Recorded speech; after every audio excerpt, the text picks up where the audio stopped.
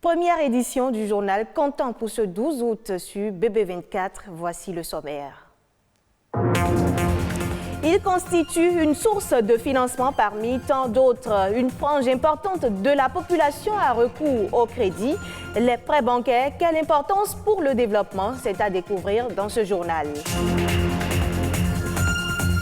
L'implication des jeunes est essentielle pour l'atteinte des objectifs de développement durable. Ce 12 août est décrété par les Nations Unies, Journée internationale de la jeunesse, occasion pour s'interroger sur l'apport de la jeunesse dans le développement. Des déchets transformés en biogaz et compost pour la pisciculture ou le maraîchage, eh bien l'expérience a lieu à Ouegbo. Nous irons à la découverte du centre de valorisation et de traitement des déchets avec notre guide Nadège Sani. Le 12 août de chaque année a été désigné par l'Organisation des Nations Unies comme étant la Journée internationale de la jeunesse. Une jeunesse qui représente 90% des 1,8 milliard d'adolescents et jeunes vivant dans les pays en développement. De fait, leur implication serait essentielle pour l'atteinte des ODD. La jeunesse est-elle un atout pour le développement? C'est un sujet réalisé par Louis Koudogbo et Patrick Adiaboudjou.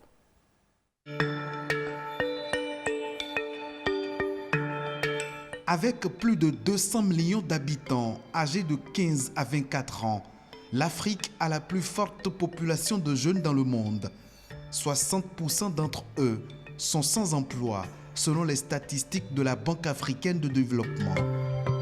Et pourtant, c'est bien évidemment sur cette jeunesse que reposent les espoirs des pays en développement.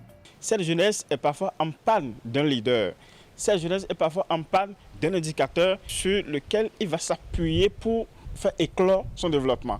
C'est pourquoi j'insiste qu'il faut accompagner cette jeunesse, la solliciter.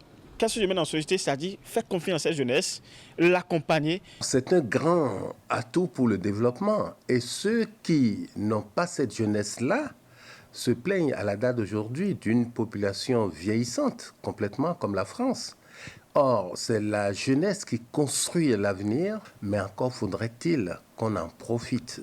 Profiter des talents de la jeunesse, de ses qualités professionnelles et de son savoir-faire constituent des atouts pour le développement. J'aurais souhaité une jeunesse dynamique, travailleur et beaucoup ambitieux et très observateur, parce que nous avons à la date d'aujourd'hui des moyens de dépasser les pays industrialisés. Et c'est ça qu'il faut qu'on apprenne aux jeunes. Et cette jeunesse, de plus en plus, doit être courageuse. Cette jeunesse doit être une jeunesse déterminée et qui est prête à affronter tout. Voilà pourquoi il faudra nécessairement compter sur cette jeunesse, faire avec cette jeunesse pour l'avenir de demain. L'avenir appartient à la jeunesse. Il faut lui donner toutes les chances de réussir. Il est obligatoire qu'un jeune se donne plusieurs cordes à son arc et essaye de s'en sortir en faisant plusieurs formations. N'importe quelle formation que vous avez suivie, il faut nécessairement ajouter un complément, peut-être sur le tas. Il faut savoir faire quelque chose de plus, ne serait-ce que pour faire parler de vous. Et on ne sait jamais. C'est ça, cette formation reçue de surplus qui fera de vous l'expert, la personnalité connue de demain. L'innovation doit être très très encouragée et permettre à ces jeunes-là, avec des bourses d'excellence, des récompenses pour tous ceux qui auraient inventé quelque chose ou innové quelque chose. Il faudrait qu'on aille dans ce sens-là pour les encourager. Ils ont besoin d'être encouragés. Savoir encourager la jeunesse et la motiver. Des initiatives existent, certes, mais cette frange active de la société doit être davantage impliquée dans les objectifs du développement durable. Ce 12 août, Madame, Monsieur, est également une journée dédiée à la protection des éléphants. L'objectif de la journée est de sensibiliser le public aux menaces auxquelles les animaux font face et soutenir les solutions positives qui contribueront à leur survie. En 1900, il y avait 5 millions d'éléphants en Afrique. Aujourd'hui, leur nombre est estimé entre 300 000 et 400 000 du fait du braconnage. Et pourtant, les éléphants sont intelligents. Ils peuvent ressentir le chagrin chagrin lorsqu'ils perdent un être cher et ils sont connus pour couler des larmes. La gestion des déchets solides constitue un véritable casse-tête pour les ménages. Pour apporter une solution à ce problème, une expérience a été lancée dans la commune de Ouébo, dans un centre qui s'occupe de la valorisation et du traitement des déchets. Les dits déchets sont troqués contre du gaz, du biogaz bien sûr, des produits maraîchers, du compost ou encore du poisson. Une idée originale que Nadège Soni, Jules Akwekou et Arnaud Tosset se proposent de nous faire découvrir ce soir à 21h30 sur BB24 dans un magazine. Mais avant ceci, voici un extrait.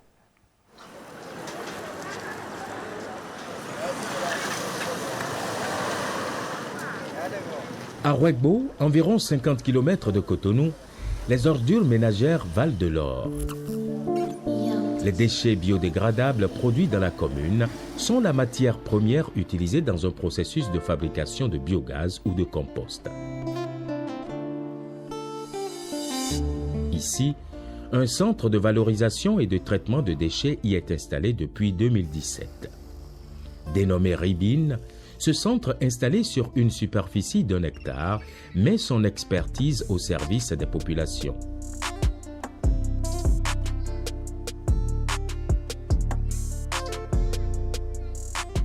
Une opportunité gratuite d'approvisionnement en énergie de cuisson ou en engrais pour augmenter le taux de production des champs. Une aubaine qui réjouit encore plus les usines de transformation, les éleveurs et les usagers de ce grand marché du département de l'Atlantique. Lorsque le déchet sera déversé sur le tamis, le sable contenu dans le déchet sera séparé du déchet grâce à son propre poids. Et après, la table de tri qui est juste à côté de la maille sera utilisée pour trier les déchets. Passé l'étape du tri, les déchets dont la granulométrie dépasse 30 mm passent au broyage pour être fragmentés. À ce niveau commence la décomposition avant le passage sur la plateforme de biométhanisation. Nous sommes au niveau de la bouche de notre biodigesteur.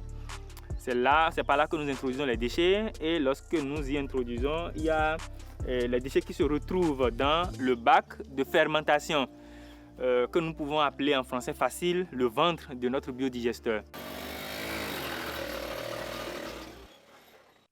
Ne ratez donc pas le rendez-vous. Le magazine complet est à suivre ce soir à 21h30 sur BB24. Outre leurs fonds propres, je l'annonçais en titre, les opérateurs économiques font souvent recours au crédit pour financer leurs entreprises. Et du fait de la forte demande, les banques ou encore les microfinances s'adaptent au fur et à mesure en proposant des produits correspondant aux besoins de la population.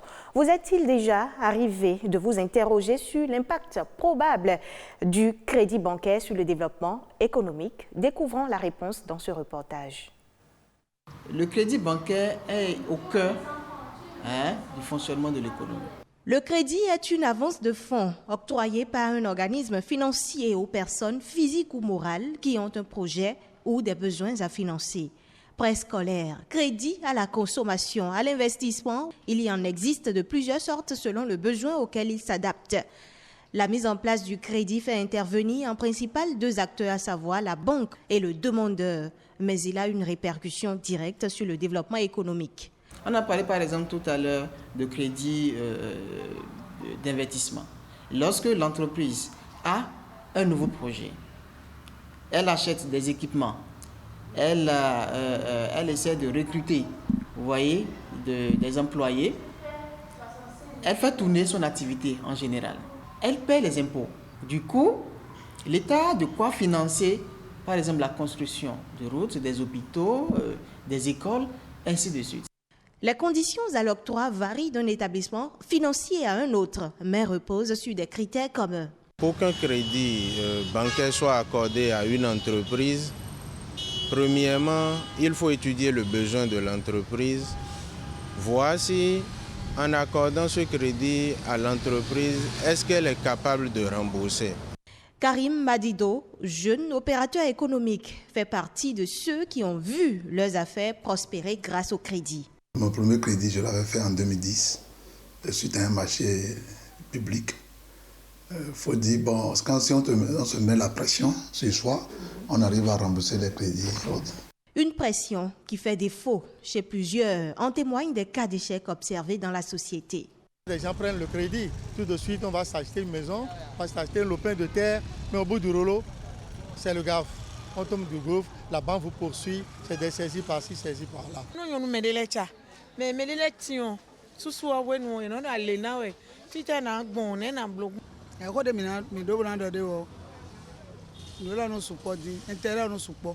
En réponse à ces craintes, voici les erreurs à ne pas commettre.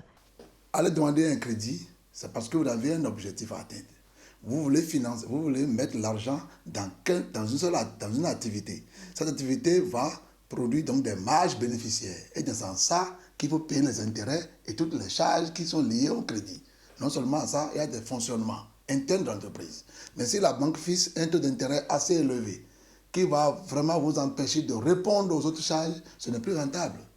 Il va falloir que les opérateurs économiques essayent donc de faire ce calcul interne.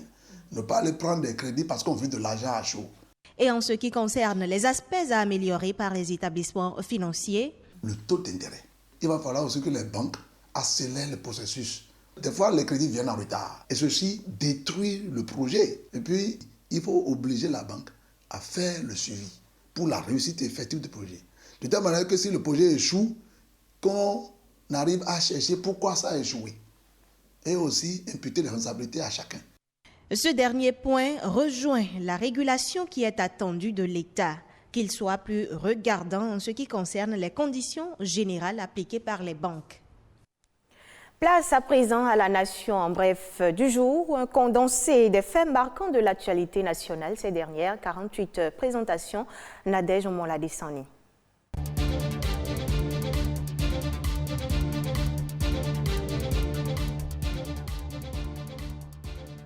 Le Fonds national des retraites du Bénin veut mettre en œuvre une nouvelle stratégie de gestion des pensions de retraite. Sur la période 2022-2024, la nouvelle politique sera axée sur la protection sociale des agents de l'État ainsi que leurs familles. L'État, à travers le Fonds national des retraites du Bénin, entend faire un diagnostic actualisé du régime de retraite, réaliser une étude de la mise en place d'une retraite complémentaire au profit des agents de l'État et moderniser la gestion du régime par la refonte du système d'information et la dématérialisation du processus de gestion des pensions. Le Bénin dispose depuis peu d'un projet de nomenclature des pièces justificatives des opérations de recettes, de trésorerie et du patrimoine de l'État. Ce document, indispensable pour la conduite et la poursuite des réformes en cours au niveau des finances publiques, vient combler un grand vide en matière de justification des opérations de recettes, de trésorerie et du patrimoine de l'État. La communauté économique des États de l'Afrique de l'Ouest veut accroître en son sein la production de riz. Un plan d'action régional a été élaboré depuis 2015 par la Direction de l'agriculture et du développement rural de la Commission. Selon Alain Sy Traoré, directeur de l'agriculture et du développement rural de la CEDEAO, l'offensive régionale du riz a été lancée pour permettre à l'institution de coordonner plus efficacement les efforts des États membres et répondre à leurs besoins en riz. Prévue pour durer 10 ans, elle permet de s'attaquer à un large éventail de problèmes allant des importations aux questions de production de riz, en passant par la promotion de la transformation du riz local et la promotion du commerce sur le marché régional du riz.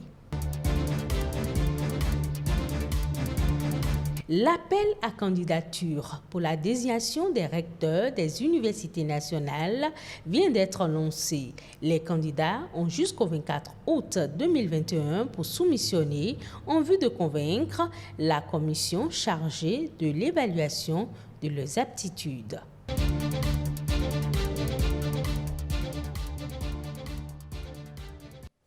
Ainsi prend fin ce journal disponible sur le site web de l'ORTB, www.ortb.bj. À 19h45, toujours sur BB24 pour une nouvelle session de l'information.